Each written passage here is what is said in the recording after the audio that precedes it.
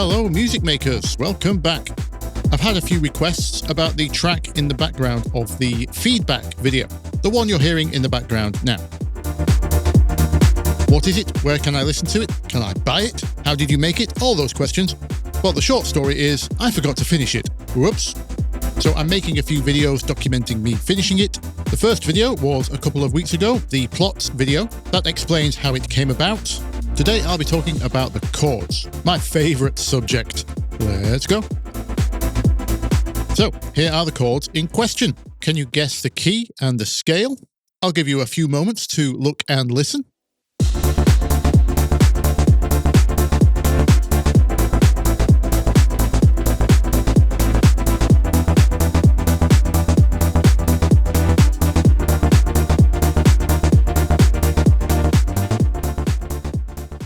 A lot of you who know me by now may have guessed A minor, because I make most of my tutorials in A minor. Why? Because A minor is just all the white notes from A. It's nice and easy to remember. Now, is that the case here?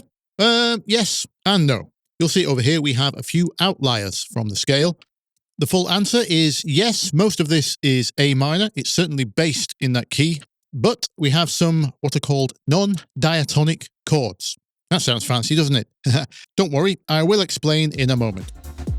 Okay, before we get into the juicy chord numbers and notes, etc., let me explain what I was trying to achieve. Otherwise, these chord choices don't make much sense. If there's one thing I've learned as a professional, it's that the why is far more important than the what. So if you're tempted to skip ahead, please don't. This is the most important part of the video. Okay, there's a few things to bear in mind. Firstly, in that very feedback video, I said this about it. 30 years of working chords out by ear means I can recognize any chord instantly. That means I've heard most chords already. Most standard chord progressions don't excite me anymore, so I have an inherent bias towards unusual and interesting harmony in chords, and that comes at the expense of being able to communicate certain messages in my own music, because I will overcomplicate things to satiate my own inner boredom or ego. So bear that in mind. I'm only showing you this as an option you can use when it's needed. Making a bunch of fancy chords for the sake of fancy chords does not equal better music. Well, maybe to the 0.0001% of listeners that also appreciate fancy chords like other musicians. No, you'll hear it said a million times, you must serve the song. Always seek to serve the emotion. So what emotion was I going for? I was already writing my opinion piece on track feedback at the time, so I knew what it was going to be accompanying. So the choice of chords comes down to two things. I wanted it to feel a bit like a journey, a little bit magical, uplifting, but not too cheesy, because my message in the video was supposed to be inspiring. Alongside that, I knew the video was going to be around 10 minutes long, so I needed a chord progression which would be quite drifting, something that could drift and loop for a long time that would not wear out its welcome, but not too sad either, because as I say, the message of the video was supposed to be inspiring. So that's what I'm trying to serve, alongside obviously a little bit of self-indulgence too. It's my way of standing out. Which brings me to my last point on the subject of why, is don't forget brand, or story, or identity, or whatever you want to call that. My story, my brand, you might know me as the dance guy who does the chord videos, right? So releasing music like this has less risk of confusing my audience than an artist that isn't known for these things. Having one eye on the bigger picture like this is one of the things that makes a good producer. That said, I'd like to know what you think. Let me know in the comments what these types of chords make you feel. So, now we understand the vibe I was after, I can show you how I arrived at these chords. It all starts here, with standard block chords. After playing around with various standard progressions, I found that I liked this start with chord 4, moving to chord 1, and then chord 5, 2 bars each. Let's put the root notes on my bass pad here.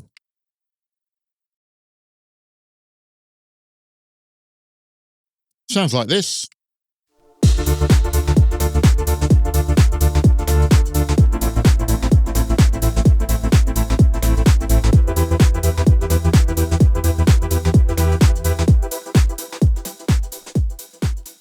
Some extensions were adding to the vibe nicely.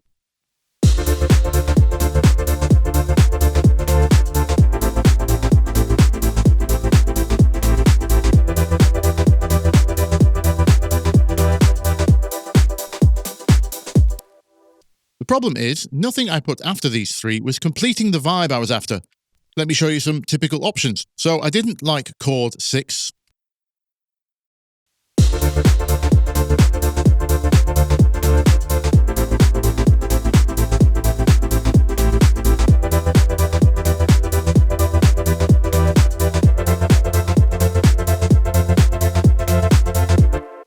It's a bit too bright, a little bit maybe too triumphant. Also, I didn't like the way it comes back to chord 4. Chord 7 didn't sound too great either. It was too high and too rising when I used it in the upper octave.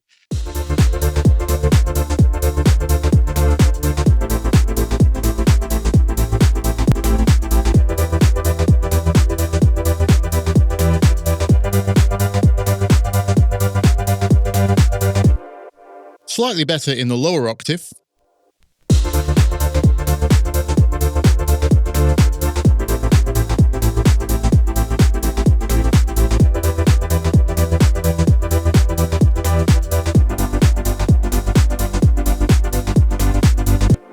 But personally, I don't like that extension on chord 7. I think sevenths on chord 7 sounds strange, and not in the good way.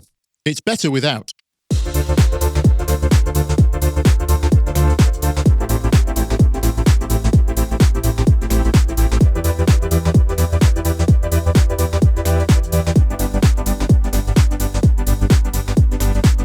But now it stands out too much without an extension.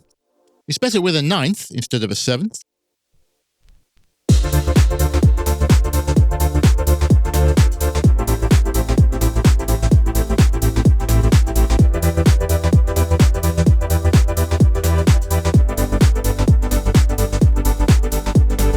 But still, that's not got the magical journey type vibe I've got in my head. I'll show you chord 2, even though I know already I won't like it. If you've seen any of my previous chord tutorials, you will have heard me say chord 2 is a weird one. In a minor key, chord 2 is what's called a diminished chord. It's neither major nor minor.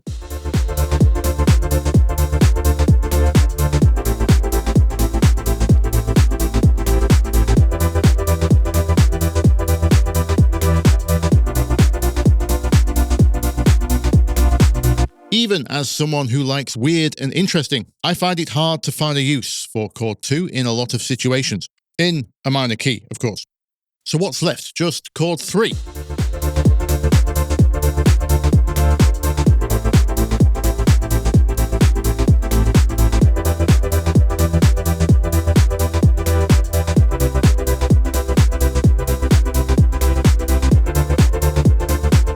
That's not too bad. I like the way it loops round, 3 lifting to 4, although I don't like that fall from 5 to 3.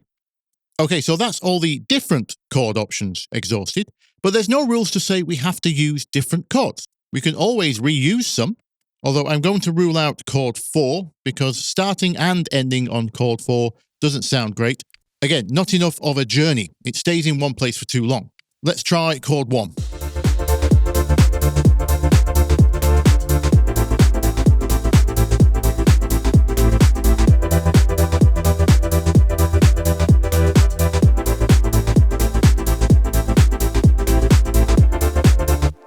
In terms of overall mood, that one's pretty close. It's quite calming, but again, not enough of a journey, not magical enough, and probably starts to get annoying a lot sooner than a 4-chord progression. The search continues. Okay, what about if we don't just use one chord? I liked that movement from 3 to 4, but not 5 to 3. Maybe we could bridge that movement with an extra chord.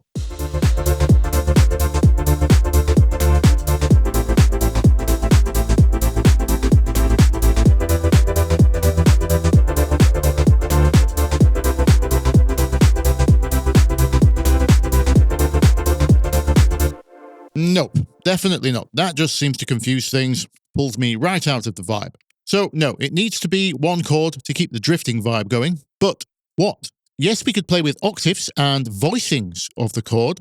In fact, I'm going to do that later. But chord voicings are more like just different shades of the same color. I need a new color. But how? We've used up all of our options, haven't we? Well, in a sense, yes. In another sense, no. We've used up all of our diatonic options. That means all of our options within the scale. Diatonic chords are just ones that stay within the scale. So it's time to ditch the scale. Let's go off-road. So here's our main problem. Let me duplicate this progression to make it easier to see. Our problem in a nutshell is we need to get from chord 5 to chord 4 in a nice, smooth, drifting manner. So now we don't have to stick to the white notes. Why not choose this? Isn't this perfect? The note in between 4 and 5. You could either call this a sharp 4 or a flat 5. Doesn't matter. Now, if you're new to chords or still learning them, leaving the scale can be very daunting because suddenly we don't have any rules to stick to. We don't have a scale that we know makes all of our chords work together. So although this note makes perfect sense on paper for its direction, how the hell do we build a chord on it? What do the rest of the notes look like? Is it just this note that falls out of scale and the rest stay in? No, but there are a couple of other rules we can stick to. The easiest way to go about this is to stick to using the main two types of chord, major and minor. Good old major and minor. There are more, but they're extremely uncommon. So if we learn how to build just those two types, regardless of the scale, we're going to be good in 99% of situations. And the good news is that's really easy. You guys already know how to build A minor already, right? Start from A, keep to all the white notes, press one, miss one, press one, miss one, press one. That's A minor. But really, it's any minor chord. What makes this a minor chord is its structure, the distance between its notes. The actual notes don't matter. It's the distances between each of them. If I move this structure around now, I have a minor chord starting on any note I choose, any of them, including the black notes. So moving it here, we now have D sharp minor. This is F sharp minor. This is C minor, etc., etc. So if we look at this structure, we can see there's a gap of 2 between the root note, the bottom note, and the next note there. And then there's a gap of 3 between this note and the top note. That's all a minor chord is. A gap of 2 between these two notes and a gap of 3 between these two notes. Now, for major, guess what? It's super simple. It's just the opposite. A gap of 3 at the bottom and 2 at the top. Or in other words, we just have to move the middle note up by 1. So now we know every minor chord and every major chord. Yes, I do mean every. That's all of them. So let's go and try each one in that gap. So because there's no scale rules now, we just have to try both types of chord and listen. Let's try minor first. We need a gap of 2 and a gap of 3. Simple as that. Now, extensions. You're going to be wondering, what do we do with extensions? Well, it's a simple rule of thumb for that too. If the chord is minor, then so is the extension. So because the only difference between a major and a minor chord is the distance of these first two notes, we just mirror that. So for our minor chord here, we have a minor extension. So it's a gap of 2. Let's have a listen.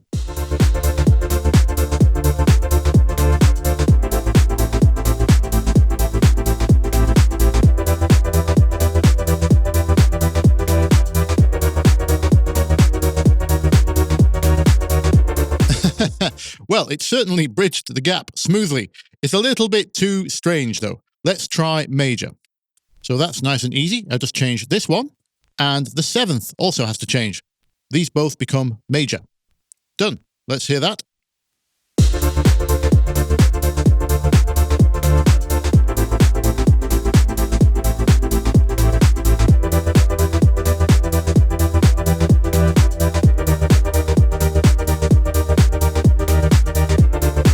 Oh, now that is perfect. That is what I was looking for. So, progression found. Now it's time to play around with some voicing.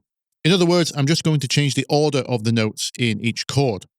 I'm going for 2 things. I want it to be smooth, so it doesn't jump around as much. So I'm going to be changing some octaves. And if I can get some nice melodic lines, either at the top or in the middle somewhere, that would be great too.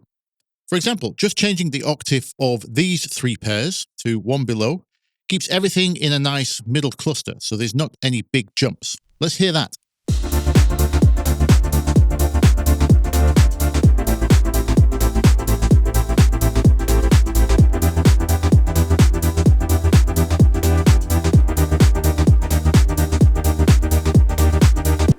Yes, that's getting there. Very drifty, if that's a word. Now I've done that, I can hear that I'd rather this F fall to the E, not go up to the G. I want this to fall And I'm thinking I might as well follow that melody all the way down and have a D with the top of the next chord. And I'm not sure what I'll do here. I'll probably just keep this D as well. Maybe keep the D sharp to go back up to F. Let's have a play with that.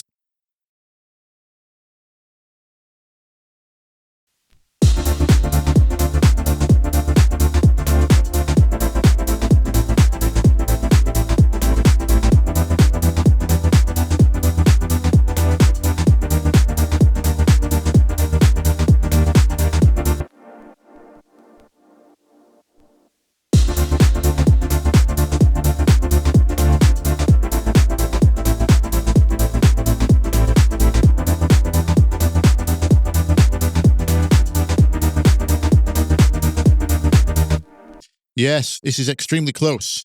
Now I've done that, what that's letting me hear is this E and D sharp in the last two chords here. Those are the bass notes of the chords, and they're just one octave above my bass part now, and they're adding a nice thickness. So I'm going to do that for the first two chords as well. Move the original fundamental notes, the D and the A, the 4 and the 1. I'm going to move those down an octave.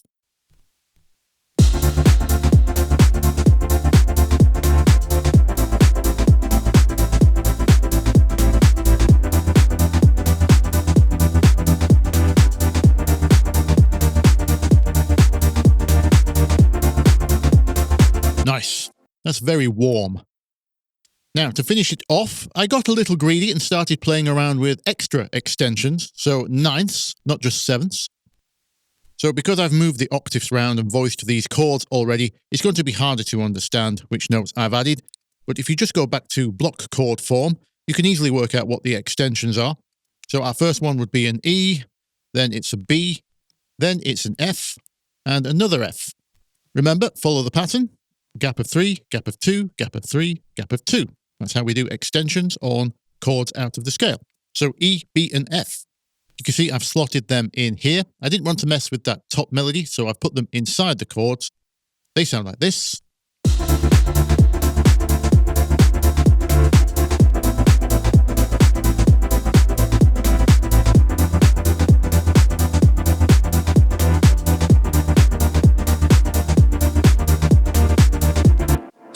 A little too crunchy for the most part, but I did actually like it on the second and fourth chords. Chord 1 and our sharp 4 there. And on that last one, if I put the extension on the top, I think sharing that common tone of the F helps it loop really nicely.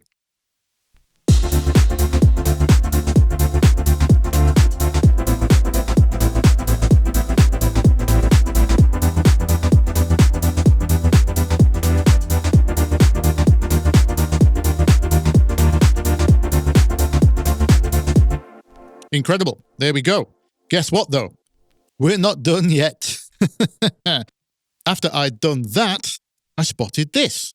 Inside our sharp 4 chord here, the extensions have made a major chord started on this A sharp here, which would be flat 2 compared to our initial scale of A, and I love a flat 2. In fact, there's a thing in music called the Neapolitan chord, which refers to this very special flavor. So I thought, why not give that a go every other cycle?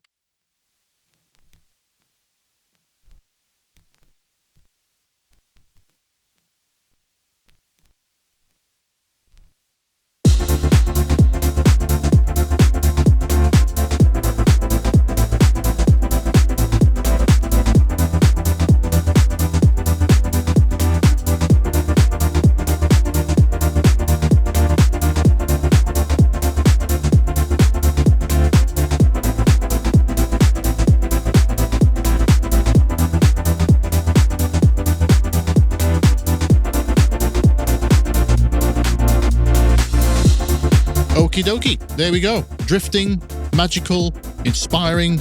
I hope you were inspired. If you were, you know what to do. Press some buttons that help me out, or there's a link to buy me a coffee in the description. I will follow up soon with a video on turning this into an arrangement, as promised. Apologies, explaining the chords alone turned into its own video. But until then, I will see you in the comments. Bye-bye.